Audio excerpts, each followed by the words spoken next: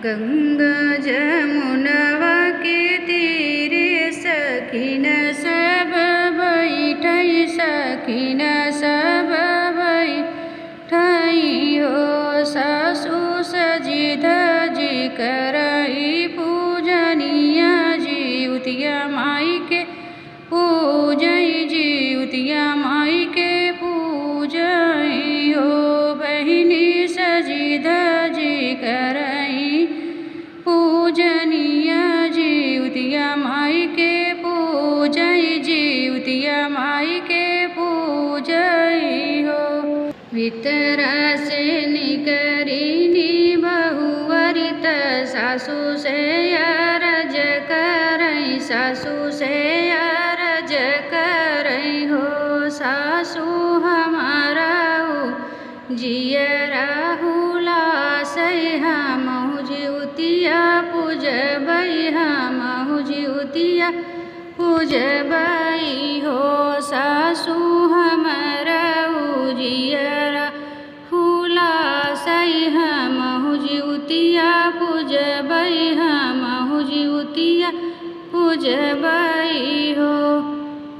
एतनी बचन सुनी सासु बहु समझावै बहु समझावै हो।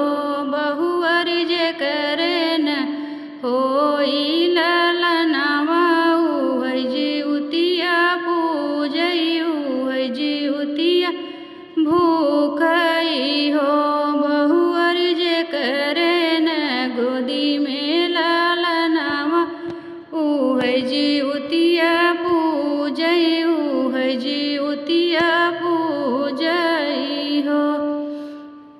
इतनी बचन सुनी बहुअर त बोले नाही बोलाई हो।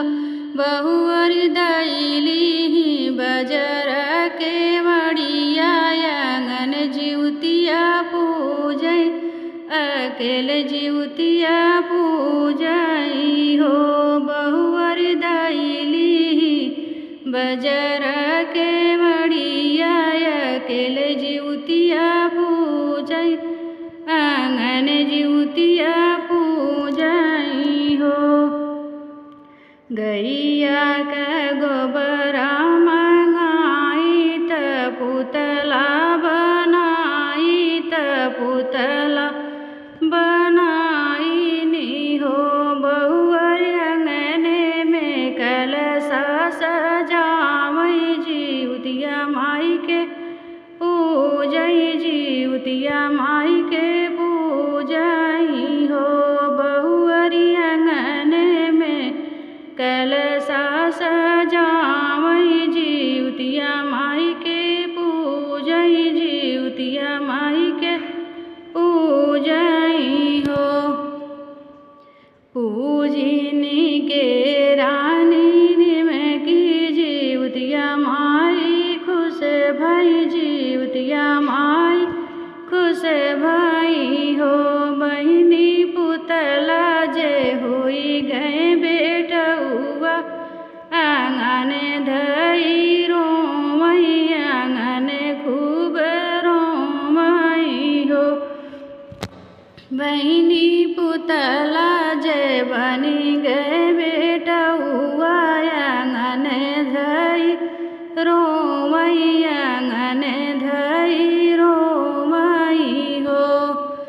बहरे से सासु खटखटावै सुना हो मोरी बहुअर सुना हो मोरी बहुअरी हो।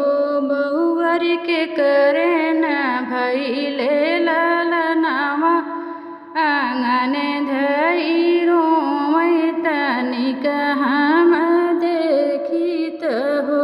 बहुअर के करे न भइले ललनवा आंगनवा में रोवै तनिक हम देखिती हो। बाएं हाथ लिए बहुअर ललना त दाहिने केवड़ खोलै दाहिने केवड़ खोलै हो।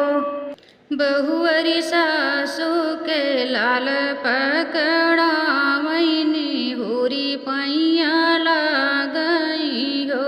बहुअरी सासू के लाल पकड़ावैनी होरी पैया लागई हो। सासू तोहरे जे भइले ललनवा हो नहीं अंगने रोवैयो नहीं अंगने रोवई हो। सासू जुतिया माई के कैले पूजनिया हो नहीं लाल दिहलियो नहीं लाल दिहलिनी हो। सासू माई के कैले पूजनिया वो नहीं लाल दिहली बजनिया नाव छोड़ाई नहीं हो। तो ये प्यारा सा ज्योतिया माता के गीत अगर आपको पसंद आए तो प्लीज़ चैनल को सब्सक्राइब करें, लाइक कमेंट करें, ज़्यादा से ज़्यादा शेयर करें। धन्यवाद।